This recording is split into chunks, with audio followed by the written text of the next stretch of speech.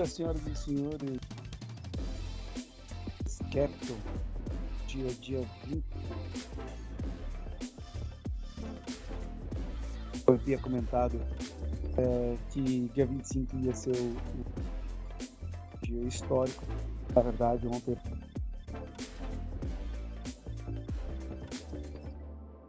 em relação. De fato, é um dia histórico como humanidade. Literalmente a Rússia, a Ucrânia, e a gente vai discutir um pouco mais sobre isso durante o momento. Infelizmente, hoje eu não estou em companhia da minha fiel companheira doutora Aline, que não pôde estar presente no dia de hoje, e portanto hoje eu devo aproveitar esse espaço para detalhar um pouco mais a minha visão e passar para vocês outros indicadores, tá? Vamos começar o dia de hoje. Bom, como eu gosto de fazer, né, todo dia eu busco entender qual foi a dinâmica que o mercado começou a semana, né?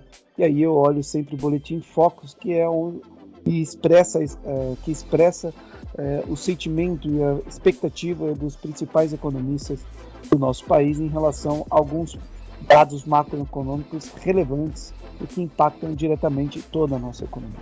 Então a gente vê aqui, por exemplo, o IPCA é a sexta semana consecutiva de queda, elevando o IPCA até o final do ano.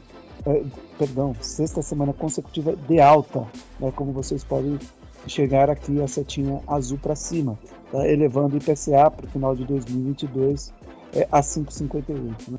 Acredito que o mercado aí nesses níveis está colocando, né, toda a problemática que a gente tem sobre a nossa indústria de céu aberto, né? Estamos falando aí das crises de cheia, a crise de seca em algumas regiões. Os produtores de alguma forma estão tendo impactos severos em suas safras, e isso evidentemente na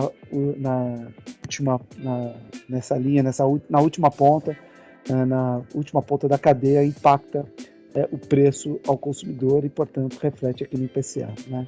E também uma outra coisa que pressiona o IPCA é o crescimento, o PIB, né?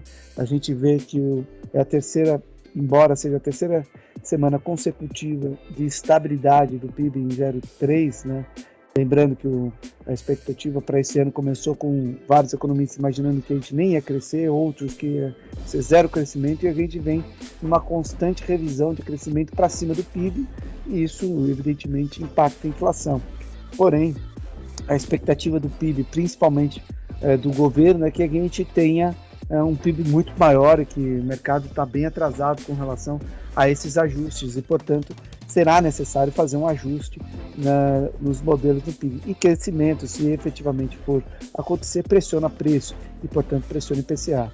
Uma coisa que talvez ajude nessa dinâmica de crescimento PIB, crescimento IPCA, é o câmbio, né? A gente vê aqui a segunda semana consecutiva de ajuste de um câmbio para baixo, que no mercado à vista a gente vê o câmbio negociando abaixo de 5,20, chegou a negociar abaixo até de 5,10. Então pode ser que essa dinâmica de ajuste ainda favoreça ou pelo menos atenue essa relação entre PIB e IPCA e portanto ajude a não haver tanta inflação. E a gente tem a Selic com uma alta de 0,5 ponto, levando a taxa para 12,25, e as últimas sinalizações que eu tenho tido do Banco Central é de que pode ainda haver mais uma alta. Se a gente olhar todo esse conflito, se a gente olhar todas essas questões que têm acontecido, pode ser que de fato a gente tenha um ajuste, o câmbio pode de fato parar de cair, subir, enfim. Um conflito bélico deixa tudo um pouco disfuncional, né? A gente vai entender na segunda-feira que vem como que o mercado tem lido isso, né? Como que o mercado tem se ajustado, tem se preparado para esse tipo de conflito por esses indicadores aqui, tá? Então, por hora, foi assim que começou a semana. Bom, aqui em relação ao Covid, nada de muito relevante, né, para passar para vocês. Na segunda-feira a gente atualiza os dados, esse aqui é o dado atualizado até ontem. É evidente que a gente tem que ficar atento com estados como Alagoas, né, Bahia, se eu não estiver equivocado, também aqui também, temos Acre, né, chamado a atenção para casos de mortes. Relativamente importante olhar esses países, essas cidades, perdão, esses estados, justamente para ver se o Covid de fato é uma coisa já controlada, né? Eu entendo que o bioma que está tratando da Omicron é um bioma muito mais qualificado, um bioma muito mais preparado para esse vírus. Porém, a gente vê isso, né? Bahia aqui, olha, também com níveis de morte bem elevadas, né? E a gente tem que... Isso ainda faz parte da matriz de risco. É isso aqui, narrativas do mês, né? A Omicron ainda faz parte da narrativa do modelo de risco de qualquer grande investidor, né? Isso aqui pode ser que tenha diminuído em termos de importância, porque, como eu falei, o bioma que recebe o Covid hoje é muito mais preparado, muito mais consegue compreender e lidar melhor com o vírus, porém ainda não é desprezível, né? A gente está falando de uma terceira cepa, por que não vir outras, enfim, a gente espera que não, eu espero que o Omicron seja a última. O nível de vacinação global tem sido importante e colaborado por isso, e a gente vê que o mundo continua vacinando, nenhuma política nenhuma. E, portanto, a narrativa que está dominando a semana, o mês, enfim, que efetivamente a matriz de risco se ajustou literalmente, é aqui, Rússia, né? Rússia e Ucrânia, né? A gente vê esse conflito entre os dois, o mercado, os cientistas políticos, pelo menos que eu acompanhei, em sua maioria, acreditava que a Rússia ia só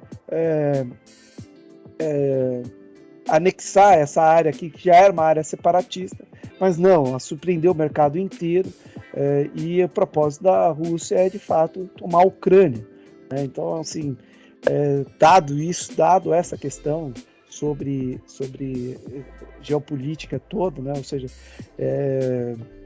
entrou aqui forte na matriz de risco, porque será que ele para por aqui? Será que ele continua essa investida? Será que ele tenta retomar? Tudo bem que aqui a gente não pode mais, aqui é um conflito direto à OTAN, mas você tem agora uma fronteira, né, agora direta com a OTAN aqui em alguns países mais relevantes, enfim, cresce literalmente a tensão entre Rússia e resto do mundo, né? Embora pareça, né, ontem já os mercados já haviam colocado aí na matriz de risco que a Ucrânia é Rússia, ou seja, os níveis de sanções que foram feitos para a Rússia não foi um nível elevado a intimidar a Rússia a não prosseguir com esse plano, enfim, os desdobramentos foram muito claros, ao mesmo tempo que o mundo já meio que deu um checkmate para a Ucrânia nesse sentido.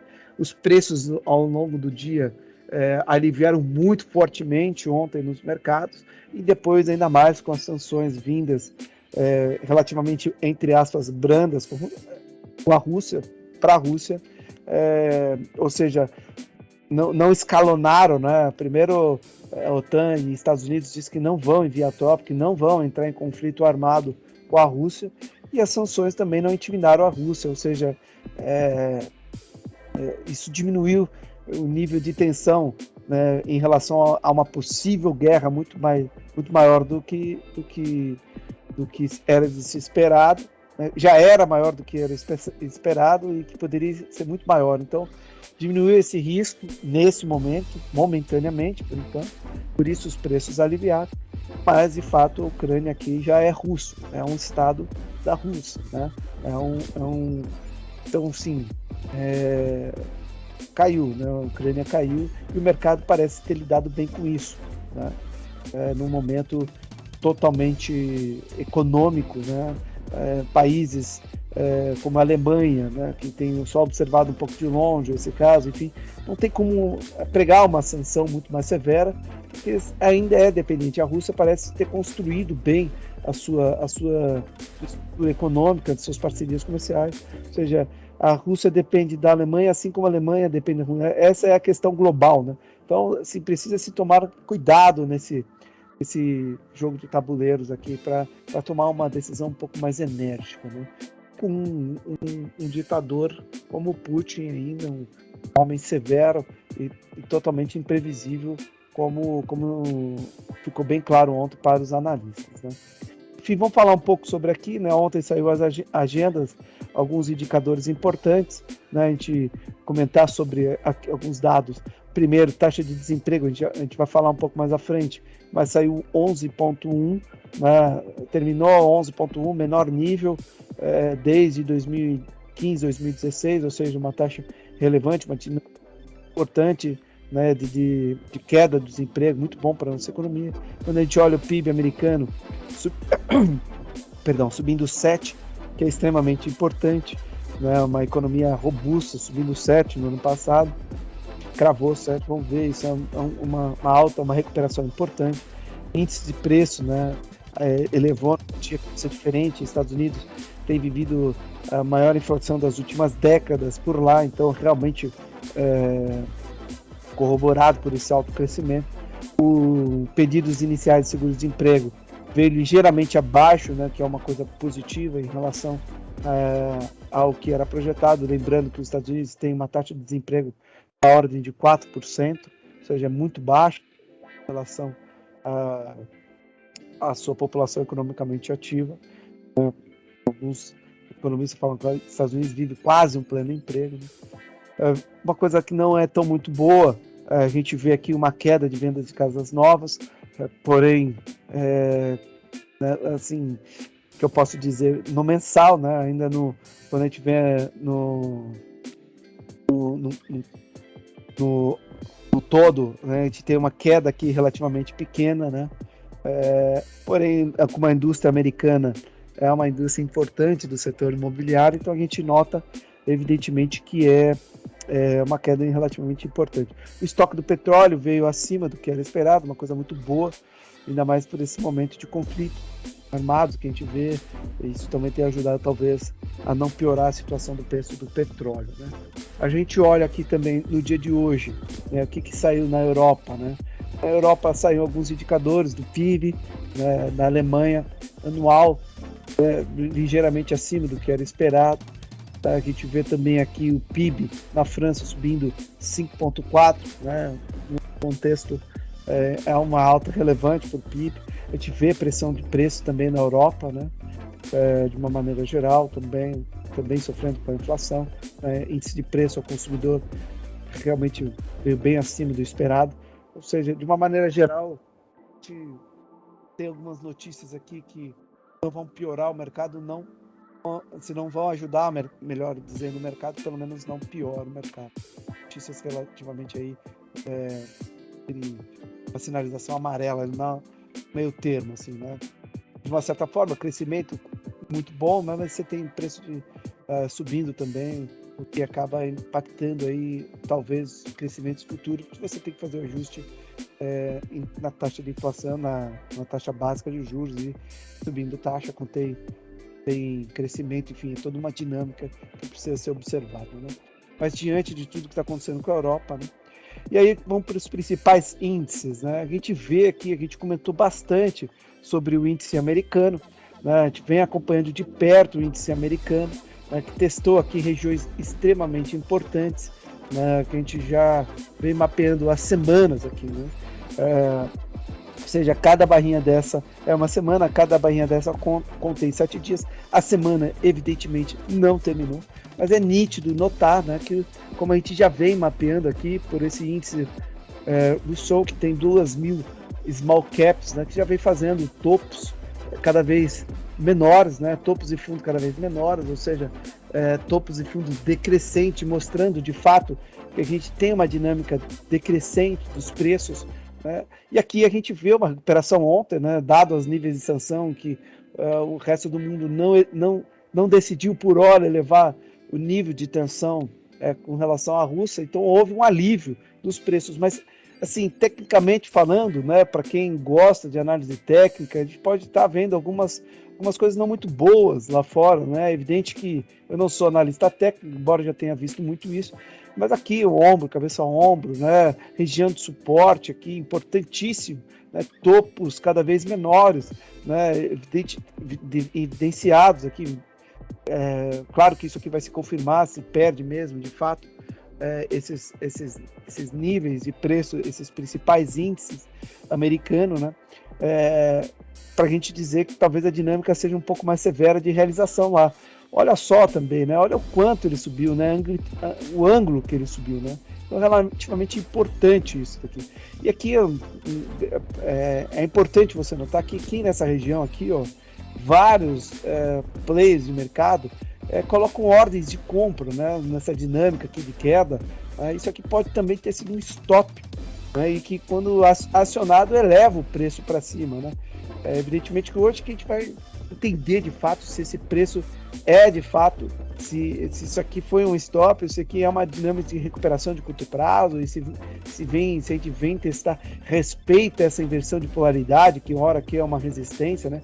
Dificulta o preço subir para cá e agora passa a inverter e dificulta o preço cair. Então vamos ver se essa é uma dinâmica de polaridade de preço ou se de fato a gente vem testar esses níveis aqui que já mostrou aqui, né? Olha, o índice, por exemplo, Nasdaq testou esses níveis de preço aqui. Então ele tese poderia confirmar para ver se aqui de fato é um suporte. Em tese, tá? A gente não sou analista técnico, acompanho isso aqui de forma semanal.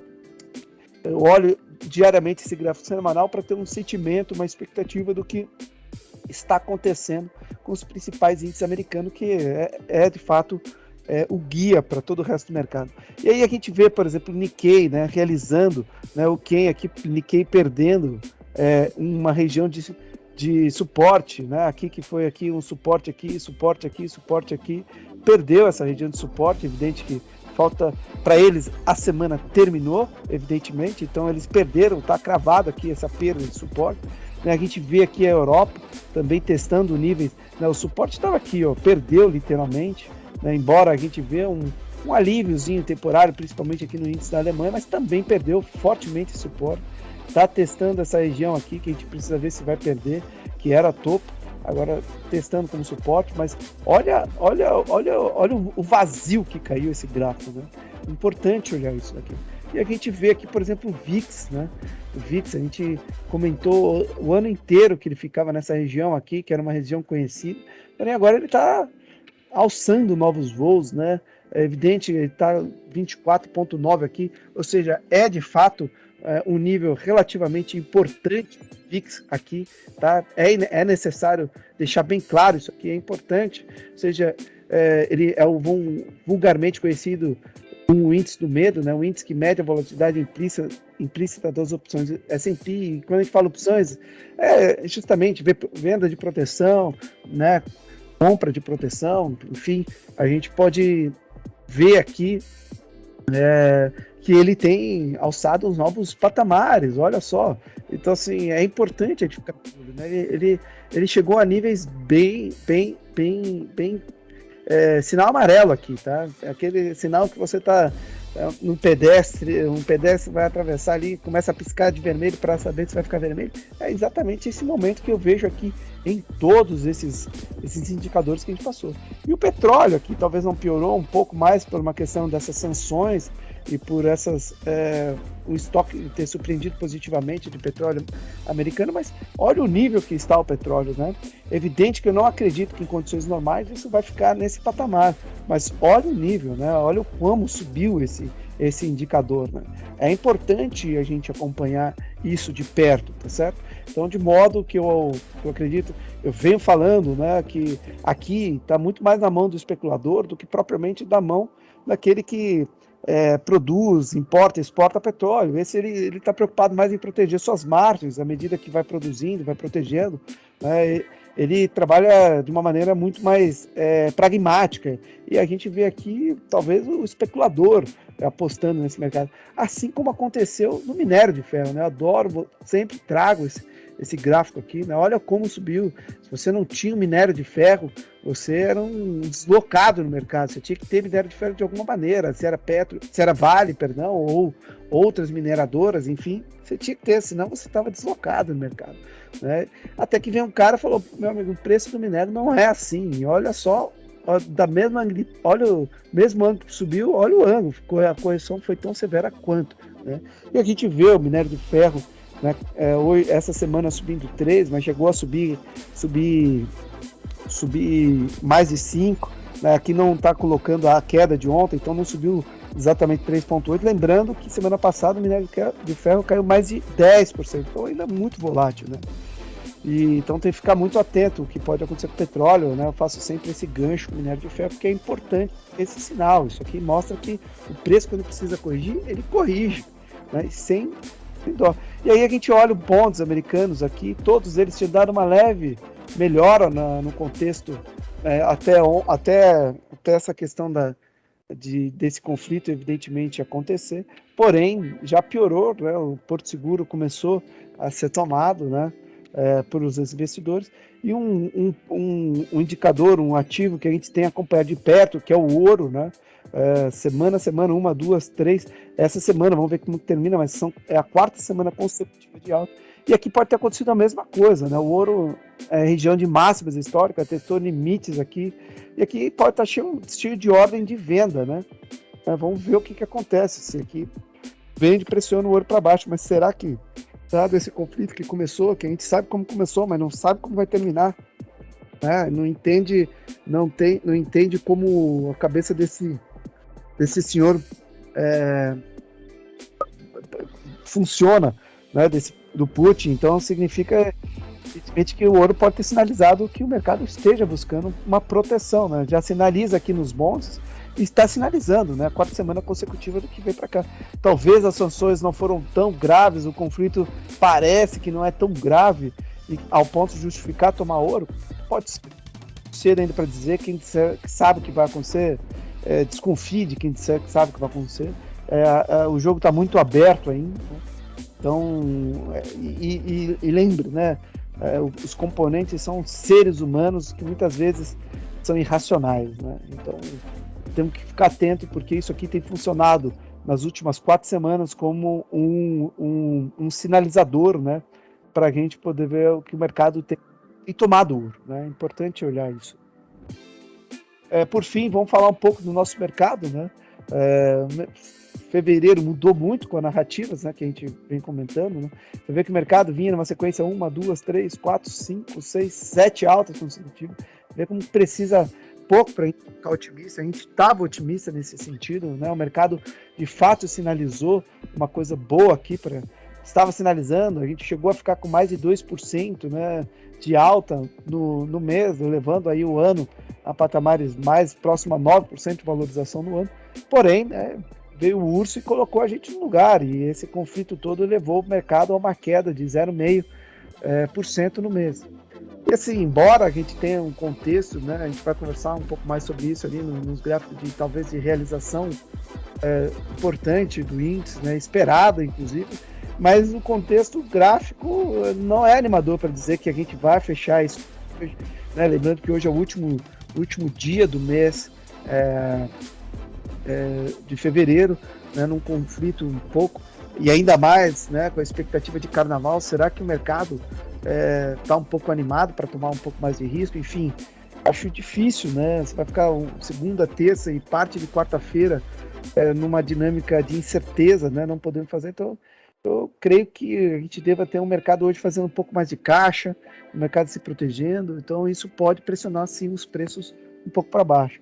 E aí, infelizmente, né, a gente tinha uma fé aqui de que a gente ia interromper essa dinâmica, né, de 3 fevereiros nos últimos 25 anos fechando negativo. Talvez não será esse o fevereiro que isso vai acontecer, tá? Infelizmente. E aí vamos ver o que os participantes fizeram ontem, né? Os estrangeiros decidiram comprar um pouco mais, né? Lembrando que ele tem um estoque muito positivo no índice, e o institucional também decidiu comprar um pouco mais, mas esse tem um estoque bem negativo no índice. Acho que isso que acabou impulsionando o índice ontem para uma melhora. E aí no dólar, o que a gente vê no dólar? A gente vê o dólar, o estrangeiro que tinha um estoque bem negativo, nesses níveis do dólar dando estoque positivo, e a gente vê aqui o institucional, né, ontem também nesses níveis, também montando uma posição positiva, né? E que níveis são esses, né? A gente vem comentando sobre esses níveis há um bom tempo, né? Você tem aqui, né, o dólar testando níveis, né, muito baixos aqui, né, e pontos importantes aqui. A gente tem uma média aqui de 200 períodos aqui, nesse patamar bem próximo. Então, assim, juntou a fome com a vontade de comer nessa região, né, porque ainda vem o conflito bélico, ou seja, o dólar ainda é o porto seguro do mundo. Então, né, se tinha um motivo, além do técnico, para o mercado tomar dólar, está aqui, né? Você teve o conflito de ontem. Então, a gente precisa acompanhar para ver se isso aqui, de fato, é dinâmico, né? Se aqui o vendedor vinha semana a semana testando o apetite do comprador, né? Testando o limite do comprador, e aqui ficou bem evidente que o comprador vai atuar, né? Vamos ver se isso aqui de fato é o stop do vendido ou se é o comprador que deve impulsionar um pouco essa dinâmica aqui do dólar, né? Um pouco para mais altas, né? O que faz sentido nesse momento de incerteza que a gente vê o mercado hoje. E o índice, né? O índice Bovespa. A gente vinha comentando, né, nos Morning Call que essa aqui era uma região extremamente importante, né, que era esperado, que era aceitável que o índice viesse aqui numa questão que ele veio um único dia, né? E, puxa vida, ele foi lá no meio de uma guerra e voltou já, né? Então, assim, é importante ver se essa dinâmica aqui a gente tem o mercado testando esse limite novamente, mostrando, sinalizando de uma maneira bem enfática de que aqui é uma região de suporte que efetivamente vale a pena a gente montar a posição. Aqui a relação risco e retorno era de fato, a gente comentou isso, aqui era de fato um lugar atraente para você montar uma posição, né? Só que, enfim, com uma guerra estourando, né, com um carnaval aí, feriado, então, a gente precisa, talvez, acho que o mercado possa ter aproveitado essa dinâmica, fazer um day trade curto, ou relativamente montar a sua ordem de stop aqui e se perder esses níveis. Mas, enfim, dá para compreender tecnicamente o motivo porque o mercado decidiu subir ontem, né? Foi uma dinâmica muito forte de compra, gente, muito forte. Né? Foi mais de 2.500 pontos de forte aqui, de alta, então, no intraday. Então, realmente foi um volume aqui, né? Foi um volume grande, foi um volume interessante. Então, mostrou que o mercado teve um apetite nessa região. Agora, né, a gente espera, não é um gap aqui, é uma falha da Analógica, a gente já comunicamos a Analógica, mas, enfim, não trouxeram uma solução definitiva para isso, mas a gente espera que seja isso, topo, que venha fazer um fundo aqui. Essa é uma dinâmica técnica que o mercado gosta de operar, que é uma dinâmica técnica que faz sentido operar e que mostra que o mercado não está tão disfuncional assim. Enfim, com uma crise bélica, isso evidentemente traz uma certa disfuncionalidade para o mercado, e a gente tem que ver como que essa volatilidade diminuir a partir do momento que a gente acompanha pelo VIX o nível de volatilidade.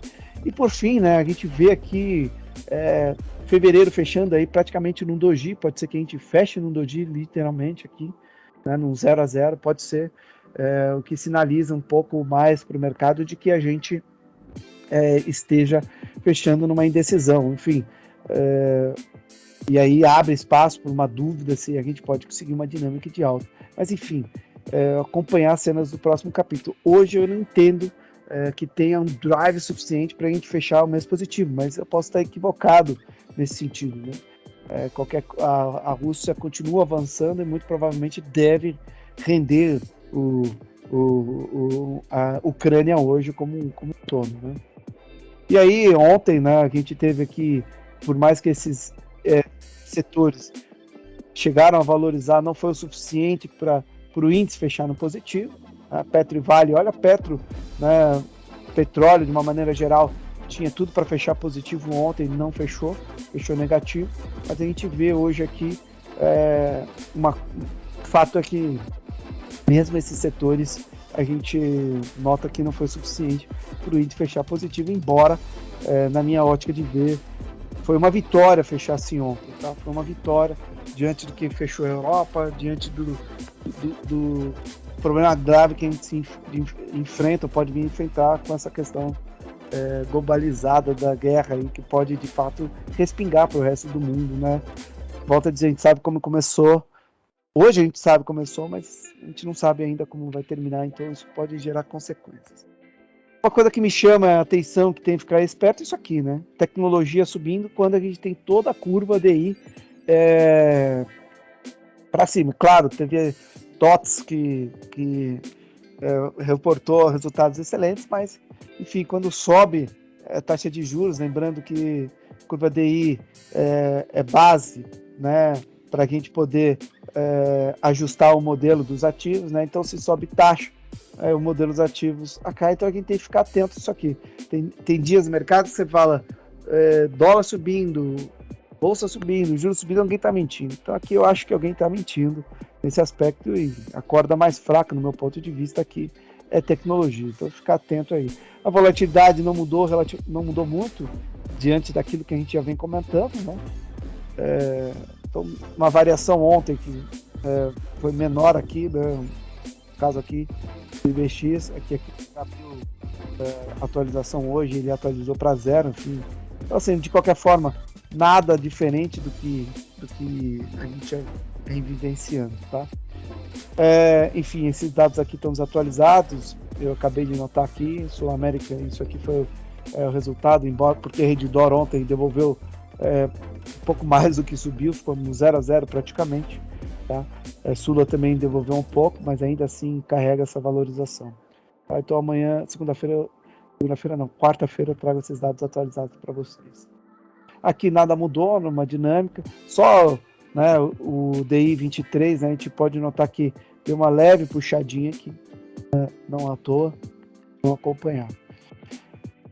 O BTC, né, o nível, é uma informação que eu uso para ver o apetite a risco no mercado, ou seja, esse nível maior significa que o mercado não tem um apetite muito risco, o nível de BTC, o nível de aluguel, apostando numa queda ainda é muito alto, lembrando que esse nível aqui é o maior, a gente está nesse contexto todo aqui, o maior da história do BTC, então ainda é um nível muito alto, de muita atenção.